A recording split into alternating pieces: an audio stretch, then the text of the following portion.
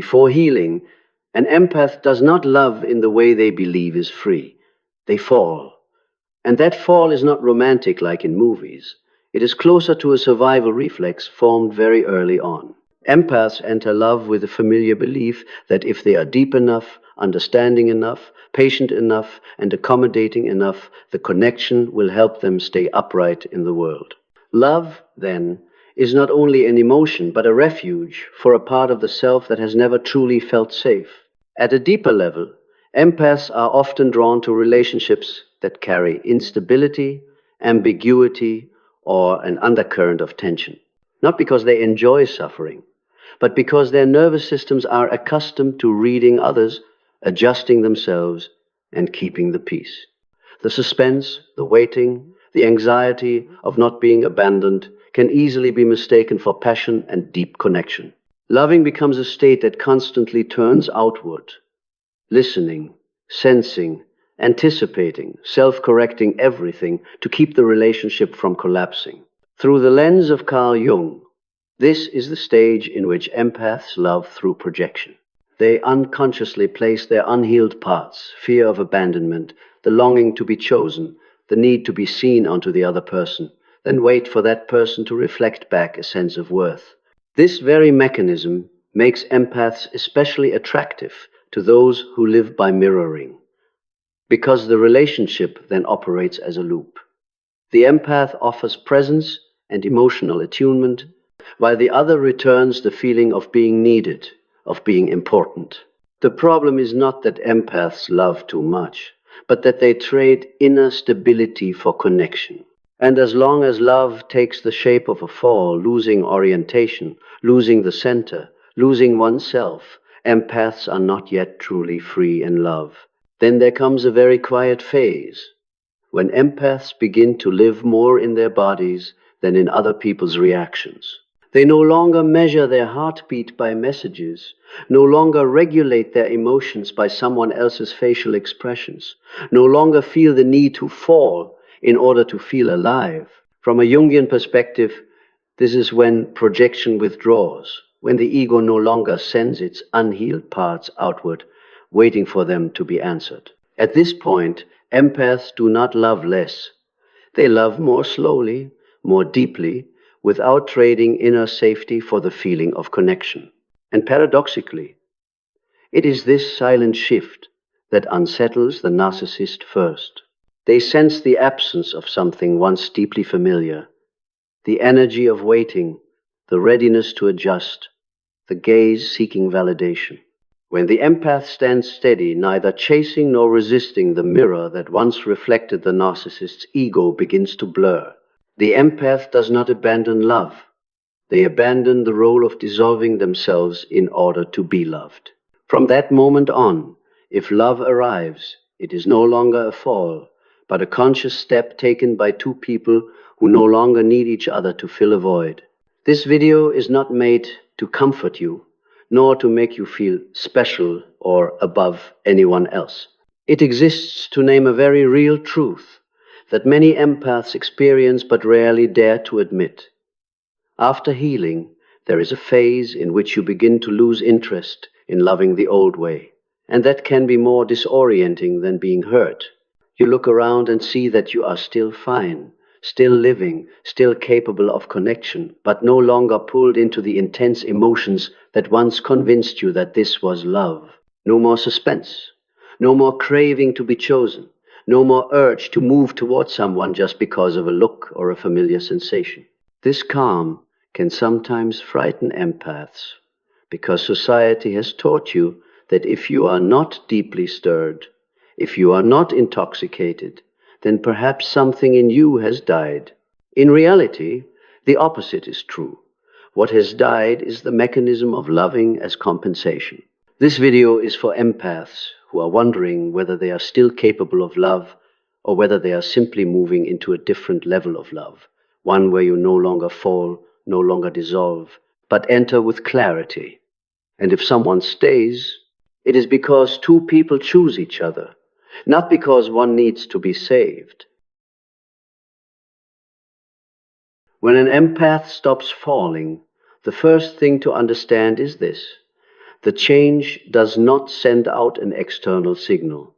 There is no announcement, no decisive cutoff, no obvious coldness that others can easily name. The empath still converses, remains polite, even stays warm in a very human way. But at a deeper level, something has disappeared, and the narcissist is the one who senses it first, even before the empath fully realizes they have entered a different state. The narcissist does not know, in a cognitive sense. They feel it.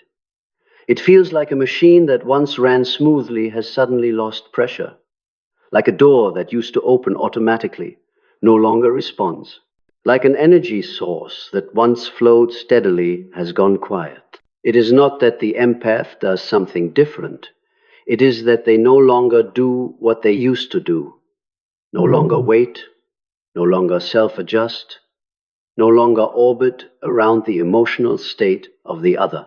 And to the narcissist, this is a profound misalignment.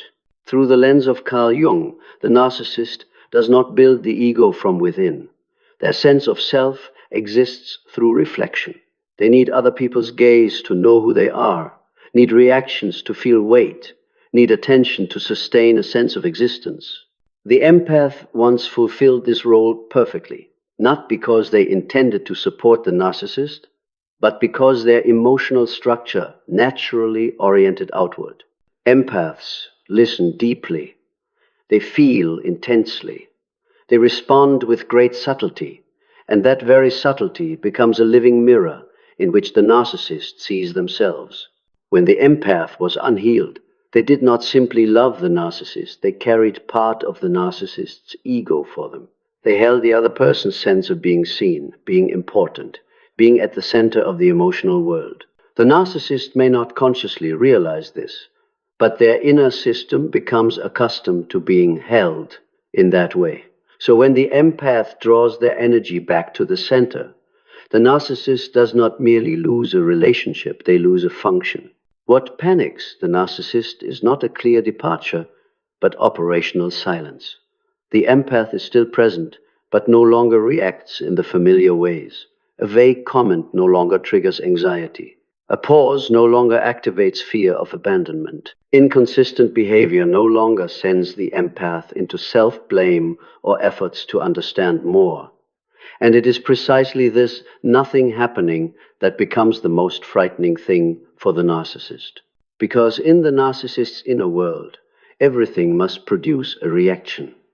Reaction is proof of power. Reaction is evidence that influence remains. When the empath stops falling, they also stop supplying reactions, not by deliberately gray rocking, but through a natural state. They are no longer pulled. And when they are no longer pulled, the old game cannot continue. From there, a nearly instinctive chain of responses begins to activate. Not because the narcissist consciously knows the empath has healed, but because the old system no longer works, and for the narcissist, when a system malfunctions, the only reflex is to intensify control. It is important to understand, the narcissist does not invent new tactics. They simply turn up the volume on old ones, hoping that at some point the empath will react as before. And it is precisely here that the fundamental difference between the unhealed empath and the healed empath becomes clear. The first tactic to appear is often love bombing. The narcissist returns to the best version of themselves. Sudden attentiveness, sweet words, revived beautiful memories, phrases like, "Only you understand me. I've never felt this way with anyone else." For the unhealed empath, love bombing once felt addictive because it struck the deep need to be chosen, to be special, to be the only one. But for the healed empath, love bombing no longer creates a high, it creates dissonance. They no longer ask, "Am I worthy?" but instead wonder, "Why is this appearing exactly when the old system is about to collapse?" The healed empath neutralizes love bombing, not through dramatic rejection, but through awareness. They recognize the familiar rhythm of the tactic, see the inconsistency between words and long-term structure, And most importantly, they no longer let emotion be defined by intensity. When the addiction to being loved intensely is gone, love bombing loses its power. When love bombing fails, the narcissist often shifts to subtle emotional manipulation. This is no longer sweetness, but ambiguity. Half-finished statements, intentional silences, signals that make the empath wonder, did I do something wrong? The aim is to activate the self-blame mechanism that once ran strongly in the empath. But the healed empath no longer operates on the assumption, it must be my fault. They do not rush to explain, to correct themselves, or to clarify ambiguity. They neutralize manipulation by not filling in the gaps. Ambiguity requires another person to complete the story. The healed empath no longer plays that role. When subtle manipulation fails, the narcissist typically turns to projection. They begin assigning their own traits to the empath: selfish, cold, indifferent, changed, unfaithful. This is an attempt to transfer inner anxiety onto the other so they do not have to face it themselves. In the past, empaths were often pulled into this spiral, trying to prove they were not like that, explaining, clarifying. But the healed empath understands that not every accusation requires rebuttal. They recognize projection as the language of the unintegrated shadow, precisely in Jung's sense. Instead of reacting, they hold boundaries. They do not take on what is not theirs. When projection no longer sticks, the narcissist loses a pressure release valve. Next comes direct blame. The narcissist begins rewriting the story. Everything fell apart because you changed. You're not like you used to be. If you were still the same, this wouldn't have happened. This is a final attempt to pull the empath back into the old role, the one responsible for the narcissist's emotional stability. But the healed empath no longer takes responsibility for another person's inner structure. They can listen, but they do not carry. They can acknowledge their part, but they do not shoulder the entire system. This clear differentiation renders blame meaningless, because blame only works when the other person still believes they must fix themselves to preserve the connection. When blame no longer elicits a response, the narcissist often resorts to smear campaigns. This is an outward-facing tactic, telling distorted stories to others, playing the victim, planting doubt about the empath. The deeper goal is not merely to damage the empath's image, but to pull them back into self-defense, thereby reactivating the connection. Unhealed empaths are often strongly triggered by smearing because they fear being misunderstood. But the healed empath understands that truth does not need to chase after itself for protection. They do not rush to explain to everyone or try to control the narrative. When there is no audience, smear campaigns lose momentum because they require reaction as fuel. If all of the above fails, the narcissist may resort to threats, subtle or overt. Threats of withdrawal, threats of exposure, threats of harm, even threats of self-destruction. This is a last attempt to activate the empath's deepest fear: fear of loss, fear of causing harm, fear of being responsible for another's suffering. But the healed empath is no longer governed by this fear, not because they are indifferent, but because they grasp a hard truth.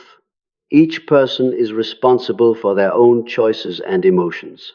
The empath may care, but they do not allow threats to pull them back into a savior role. What matters is this: each failed tactic does not awaken the narcissist. It gradually strips them of power, because the narcissist's power never lay in real strength, but in other people's reactions. When the empath has healed, they do not need to fight each tactic. They simply no longer provide the ground in which those tactics can take root. Calm presence, clear boundaries, and the refusal to return to old roles neutralize the entire system. And here is the key point: the empath does not win over the narcissist.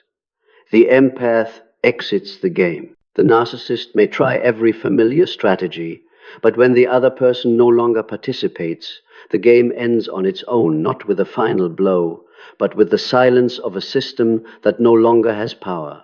After every tactic falls into emptiness, a paradox emerges. The healed empath is no longer the narcissist's target, yet becomes a lingering irritation.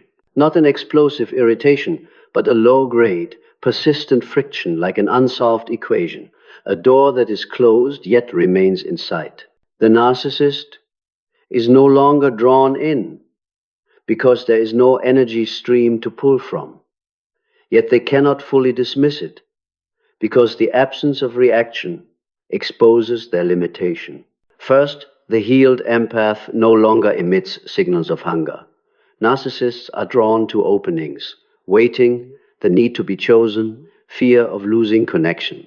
When the empath no longer needs reassurance, no longer scans and self-adjusts, no longer revolves around another's state, the hook disappears. There is nothing to pull, nothing to test. Attraction that once rested on lack loses its foundation. Second, the healed empath no longer plays the mirror. Narcissists need reflection to sustain a sense of self-praise or criticism. It does not matter as long as there is reaction.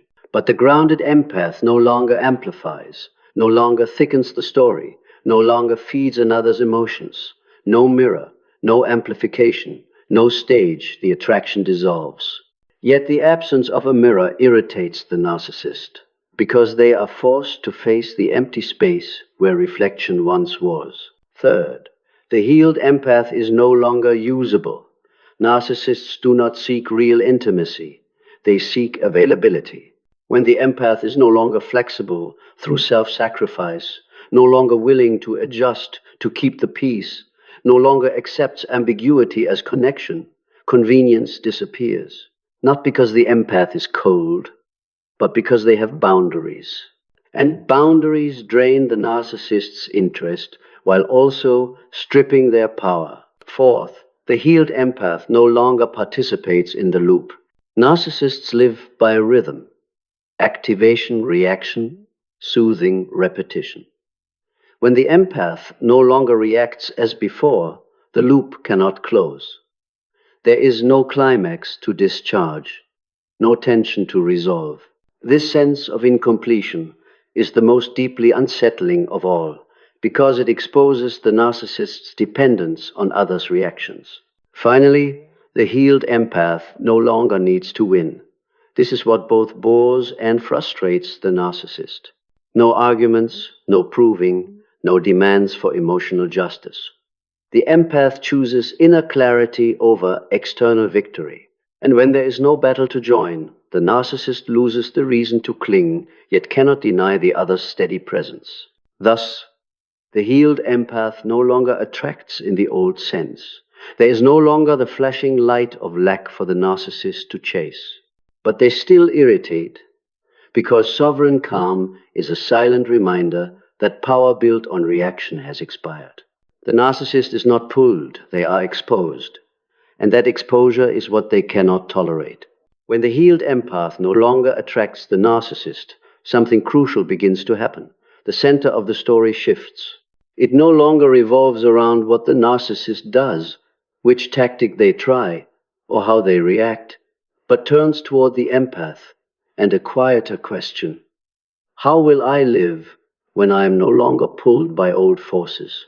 This is the phase in which many empaths feel empty, not because of a lack of people, but because of a lack of familiar scripts.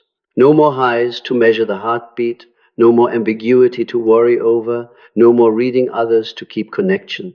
This quiet is often mistaken for loneliness, but in truth it is the first appearance of freedom. At a deeper level, the empath begins to realize an uncomfortable truth. Much of what was once called attraction, passion, or deep connection was actually built on tension and insecurity. When the nervous system has been recalibrated, those signals no longer activate. The empath is no longer drawn to people who are unclear, inconsistent, or not truly present. This can feel like being harder to feel moved. but it is really being harder to manipulate. They no longer equate intense emotion with love, and thus far less can pull them away from their center. Through a Jungian lens, this is a later phase of individuation. The ego not only withdraws projection, but learns to live without seeking new projections. The empath does not rush to find a replacement, does not need to prove they are fine, and does not enter relationships merely to fill a void. They begin to clearly distinguish between presence and stimulation. Someone may make the heart race, but is no longer labeled destiny. Someone who brings calm, even without drama, becomes far more trustworthy. It is precisely at this stage that the narcissist often drops completely off the empath's emotional radar, not through hatred, but through irrelevance. The empath no longer needs to let go, because there is nothing left to hold. And here is the final paradox. What unsettles the narcissist most is not being rejected, but no longer having any role inside the other person's inner life. No longer an enemy. No longer an unfinished lesson. No longer a story that needs to be told. Just an old image that has closed. From here, the empath enters a very different kind of choice in love. They no longer ask, who makes my heart race, but who doesn't make me lose myself? If love arrives, it has to pass through boundaries, consistency, and the capacity for long-term presence. No more savior role, no more mirror role, no more one person carrying another. And if no one matches that rhythm, the empath does not rush to compromise. Being alone becomes safer than being in the wrong place. This is not a romantic ending in the cinematic sense, but a very real point of completion in the healing journey, when the empath is no longer a character in the narcissist's story, and the narcissist is no longer a character in the empath's story. From here, what remains is not victory or revenge, but a new life built on a simple yet solid foundation, not losing yourself to be loved, and not needing love in order to feel that you exist. Once the empath has moved beyond the narcissist's gravitational field, another question gradually appears, not loud, but deeply real. If love is no longer something to cling to, then what is it? Many people expect a grand answer here, yet what shows up is remarkably simple. Love is no longer the engine that pulls you into life. It becomes something that may or may not be present without collapsing your inner structure either way. The empath begins to see that before, they did not only love other people, they also gambled their existential safety on love. When the relationship was stable, they felt worthy. When it wavered, the entire ego shook. After healing, that mechanism is gone. The empath no longer uses love to confirm that they are living correctly, nor being chosen to prove that they deserve to exist. This changes, at the root, how they enter every bond. From here, love no longer begins with a magnetic pull, but with compatibility in inner rhythm. The empath observes more than they project. They pay attention to whether the other person is consistent, whether they take responsibility for their own emotions, whether they are truly present or only show up when they need to be mirrored. Things that were once overlooked because of intense feelings now become foundational conditions, not because the empath has become demanding, but because they no longer have the capacity to live inside ambiguity. At a deeper level, the empath also stops equating love with sacrifice. They no longer believe that loving means enduring, waiting, reshaping themselves to fit someone else's mold. Kindness is still there. Compassion is still there. But the savior role disappears. And when the savior role is gone, many potential relationships fall away on their own, not through conflict, but because there is no longer any ground for them to stand on. This often leads the empath into a prolonged season of silence.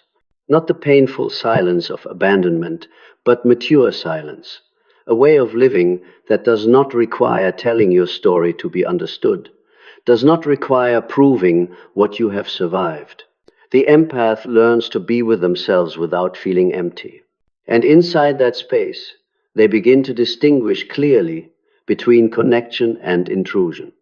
A person may come close, but they may not cross the boundary. An emotion may appear, but it may not govern behavior. At this stage, if love appears, it rarely arrives as an explosion. There is no destiny feeling, no crescendo that sends the heart into chaos. Instead, there is a strangely unfamiliar familiarity, safety without boredom, closeness without being swallowed. Many empaths missed this kind of love in the past because it did not activate the old nervous system. But after healing, the absence of activation becomes the sign of the right person. And if love has not arrived yet, the empath does not rush to fill the space. They do not treat being alone as failure, nor the absence of someone as proof of deficiency. In this state, entering the wrong relationship hurts less than betraying their own inner clarity. The empath would rather wait or even have no one than return to an old role just to be able to say, "I'm in love." This is where the story turns in a direction different from what the world usually promises. Not every healing journey ends in an ideal relationship. Some journeys end in steadiness, and from that foundation, love, if it comes, can only be an expansion, not a rescue. The empath no longer loves in order to live. They live first, and then love if it fits. And here, a quiet truth is confirmed. A healed empath does not become hard to love. They simply can no longer love under the wrong conditions. No more falling, no more dissolving, no more losing themselves in exchange for the feeling of being close to someone. If an encounter happens, it happens between two people standing upright, not between two voids trying to fill each other. After all these shifts, the empath enters an experience that few people talk about and that is easily misunderstood. A new kind of loneliness. Not the loneliness of absence, not an emptiness paired with craving to be filled, but the loneliness of someone who no longer lives inside the collective illusion. The empath still has friends, still connects socially, still talks, still laughs. Yet there is a very deep layer inside where they realize they no longer dissolve into relationships that run on old scripts.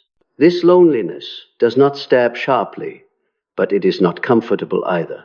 It is like becoming used to gentle light, so dark rooms no longer attract you.